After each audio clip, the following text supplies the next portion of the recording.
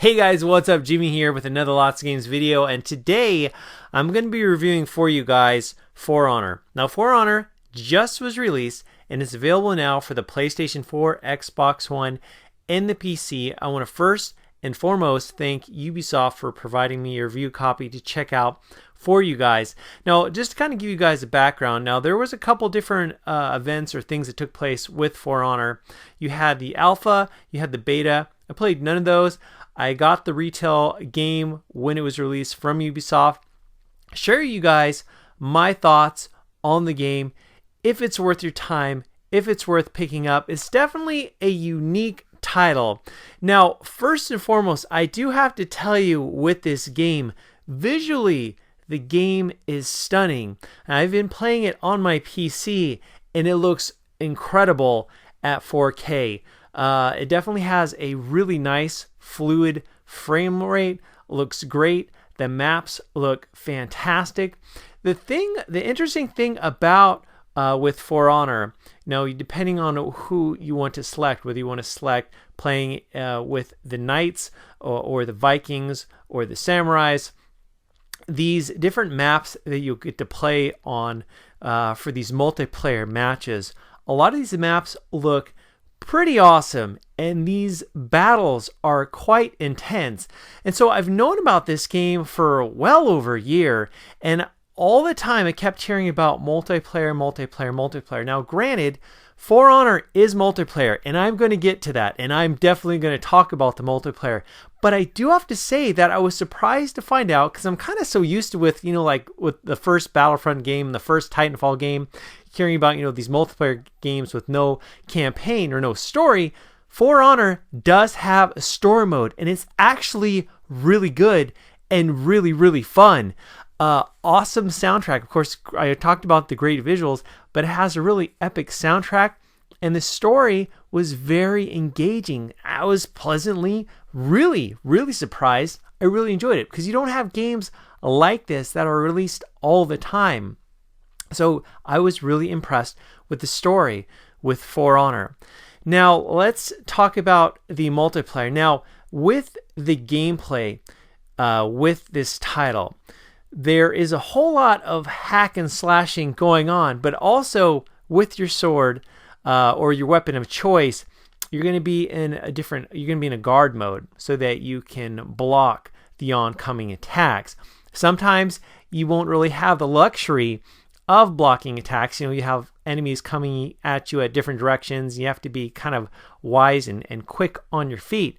But with these multiplayer matches, any of you guys that are familiar with, of course, you've got the popular multiplayer games out there like Battlefield and Call of Duty. Well, you've got these blunt objects.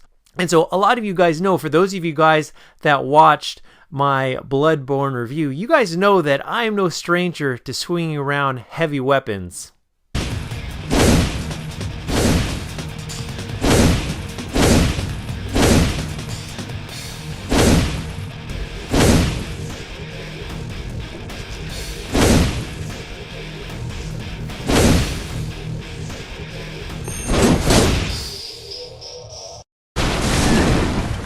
Oh no.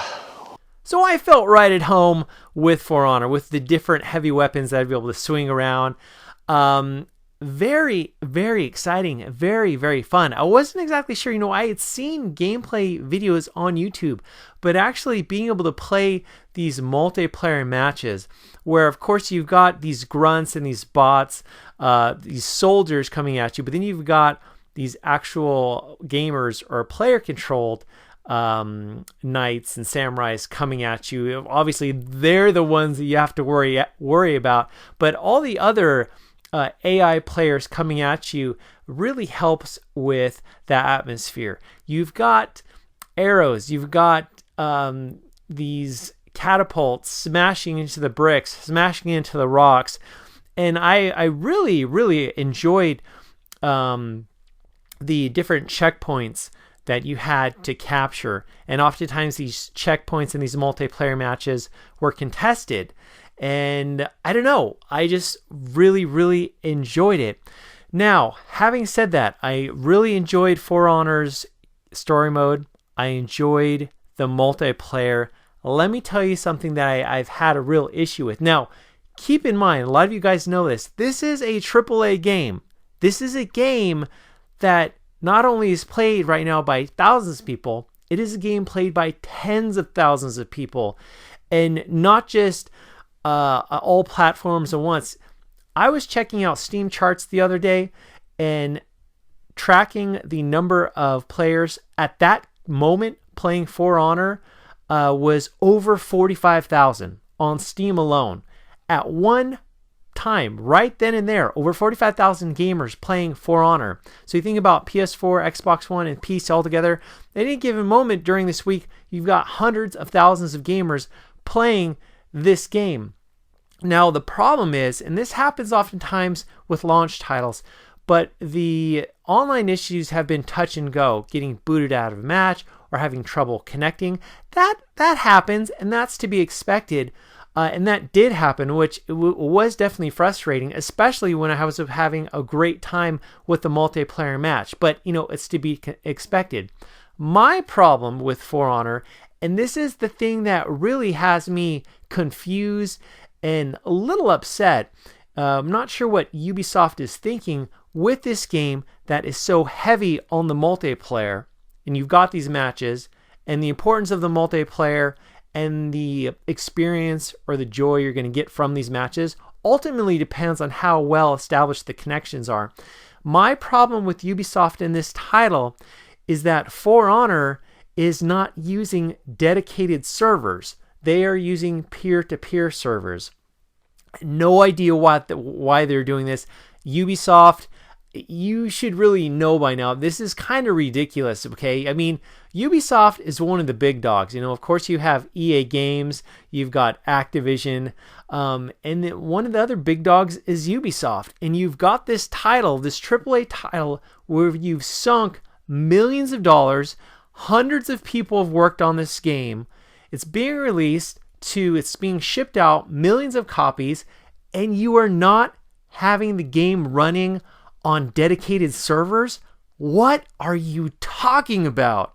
No idea why that is. It's quite ridiculous, really. I mean, it is 2017. Gamers are spending good money for this title. They want the best possible experience, and the best possible experience with a multiplayer game like this is dedicated servers. So that's a big knock. I'm not sure. Now, granted, I still have had a whole lot of fun with the game, but not too sure what their thought process on that was. But as a whole, I will have to say the matches that I have played, I have really, really enjoyed. And the maps are actually very well crafted. There's a great level atmosphere.